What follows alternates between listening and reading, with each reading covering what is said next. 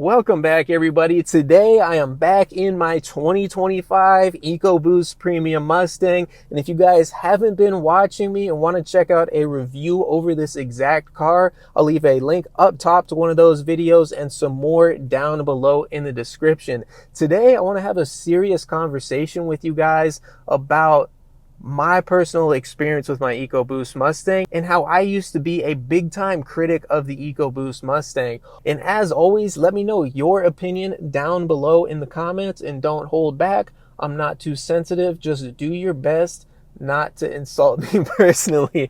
But if you do, that's okay. I don't take it all that serious. Let's get started.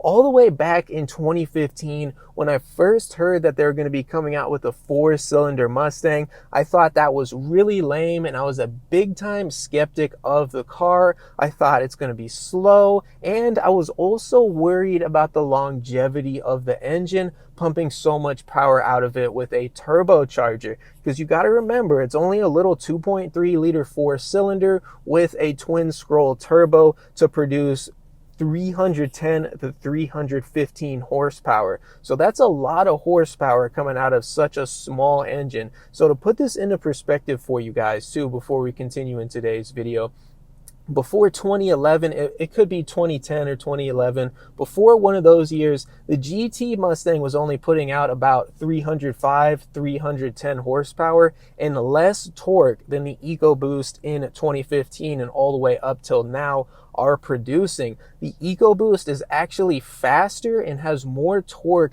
than a lot of the older GT Mustangs before 2010 or 2011. Again, correct me if I'm wrong on the years down below, but a lot of people don't understand this. So when I first heard they were coming out with it, I was like, oh man, it's going to be slow, it's going to be lame. And I was a big time skeptic because of the size of the engine and because I was really mostly worried about the longevity of the engine. But now that it's been around for a while, it seems like Ford has kind of worked out a lot of the kinks with the engine. And now it's a good time to kind of ask people, like I've been doing on this channel, how their experience has been with their EcoBoost motors. Because in 2015, if you go buy an EcoBoost Mustang, you're literally the guinea pig for if these motors are going to last, if they're good, or whatever the problems are going to be going forward. But in mine, a 2025, Ford has worked out a lot of the kinks. Like there used to be a problem with carbon buildup on the ports, but because they're using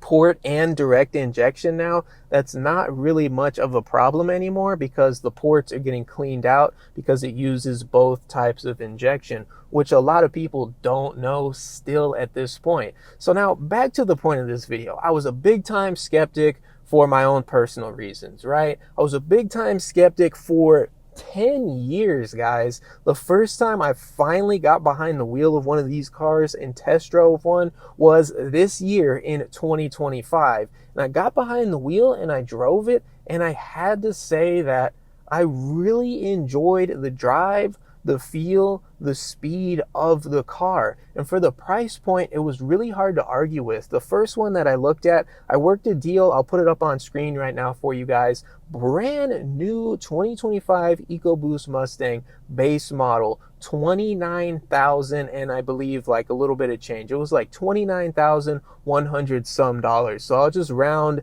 to 29,000, but I'm just telling you guys that so you don't say, oh, you're wrong down in the comments. But really good deal. I mean, to be quite honest, I thought it was going to be a lot more than that to go buy a brand new Mustang. Obviously, it's the EcoBoost, but I thought it was going to be more. I thought it was going to be pushing 35, 40,000. And I finally decided to buy the one that I'm sitting in right now here today. This is the 2025 EcoBoost Premium, and I only paid about $36,000 for this. And for reference, I was concerned about regretting getting the EcoBoost over the GT, but at the end of the day, for me, when I was looking at the price point to get into a GT Premium Mustang, you're talking high 40s, and that would be a good deal. Most likely 50, low 50s for a brand new GT Premium Mustang. And a lot of you guys have been hating and saying, oh, you could get like a 5-year-old GT for a lot less than you pay. But I mean,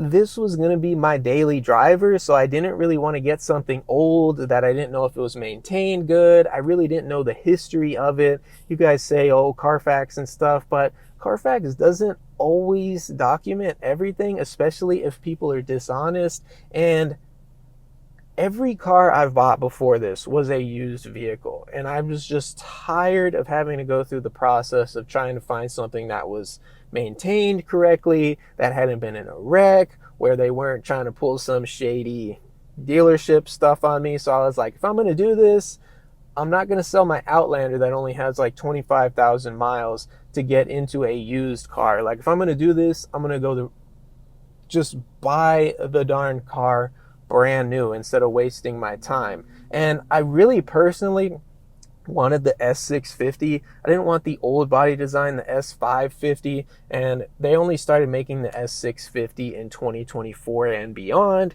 so it was kind of limited as far as how far back I could go if I wanted to get used. So, but I was a big time hater of this car, and I'm about to hit 3,000 miles, but I have to say that I was wrong. And I understand a lot of guys out there that are still hate commenting on my videos saying, oh, well, you know, it's not a real Mustang and all this nonsense and stuff. You know, I get that perspective, but, and I'm not saying, I don't want to take anything away from the GT Mustang, because I think both the EcoBoost and the GT Mustangs can both be great cars. It doesn't have to be one or the other all the time.